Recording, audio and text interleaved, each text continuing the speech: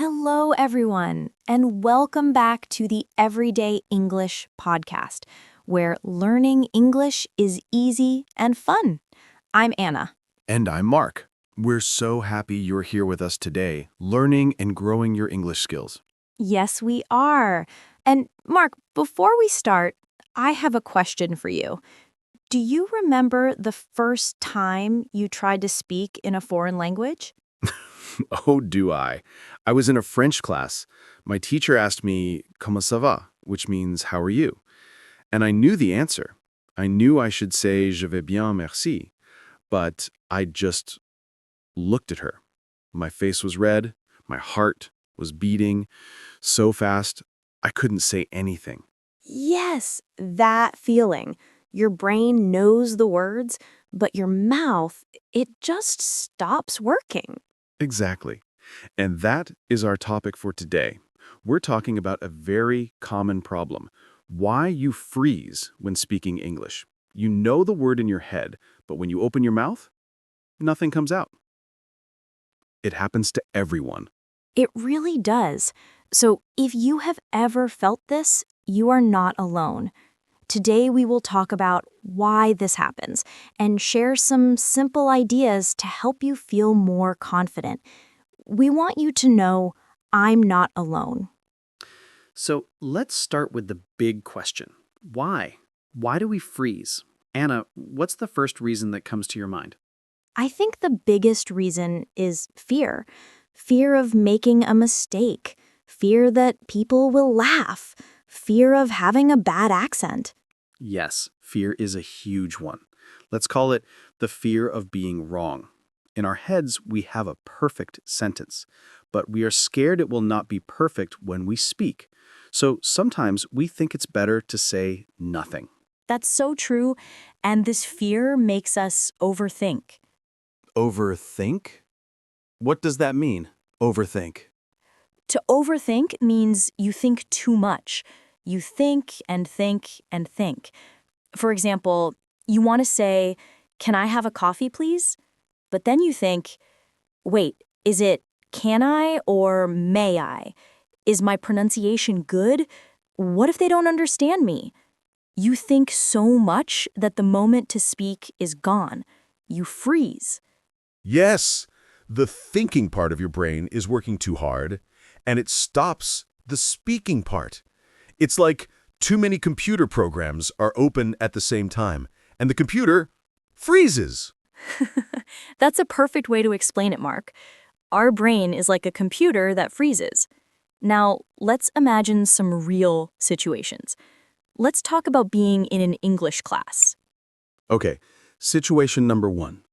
You are in your English class. The teacher asks you a question. You know the answer. What happens? Your heart starts to beat fast. Boom, boom, boom. You look down at your desk. You don't want the teacher to see you. Please don't call my name. Please don't call my name. I've done that. And even if the teacher says your name, Anna, what do you think?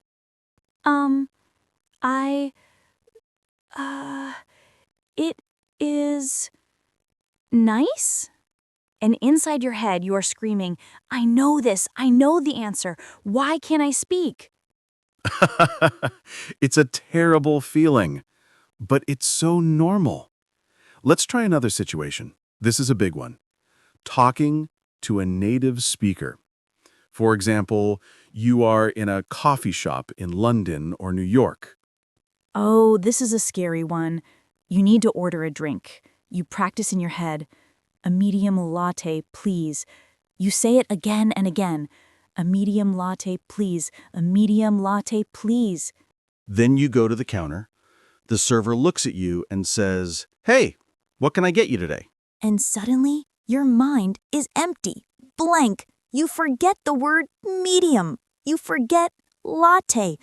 All you can say is coffee, please, milk. And you know the words.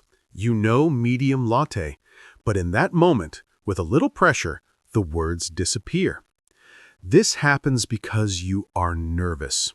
Your brain is focused on the fear, not on the words. Yes, And the server is usually very nice, but you feel embarrassed. One more situation. A job interview in English. This is very high pressure. Oh, the job interview. The interviewer asks you, "Can you tell me about your strengths?" And you have prepared for this. You have a list in your head.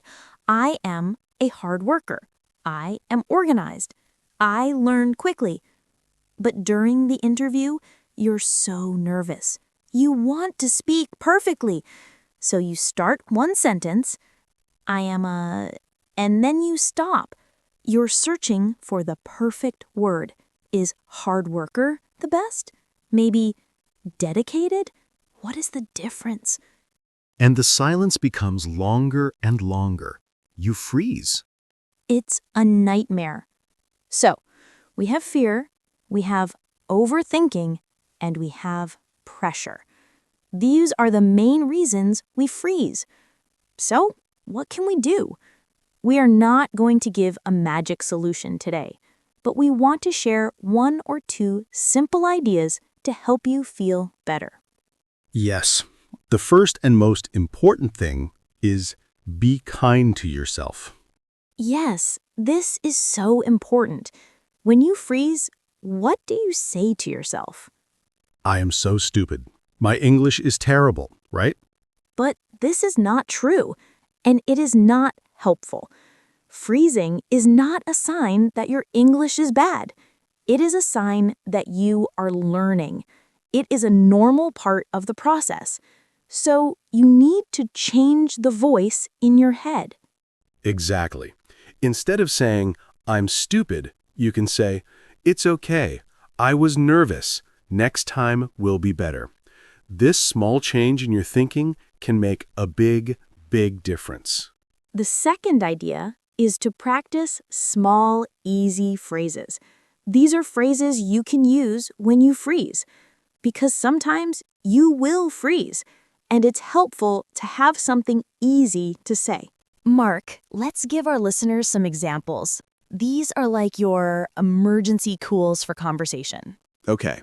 Number 1, when you need a little more time to think, you can say, let me think for a moment. Or, a simpler version, just a moment, please.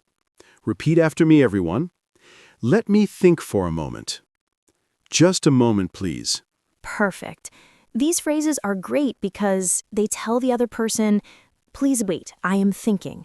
It's much better than just silence. Let's practice a short conversation. Okay, I'll be the interviewer. Anna, you are in the job interview. So, Anna, why do you want this job? That's a good question. Let me think for a moment. Okay, I want this job because I love your company. See?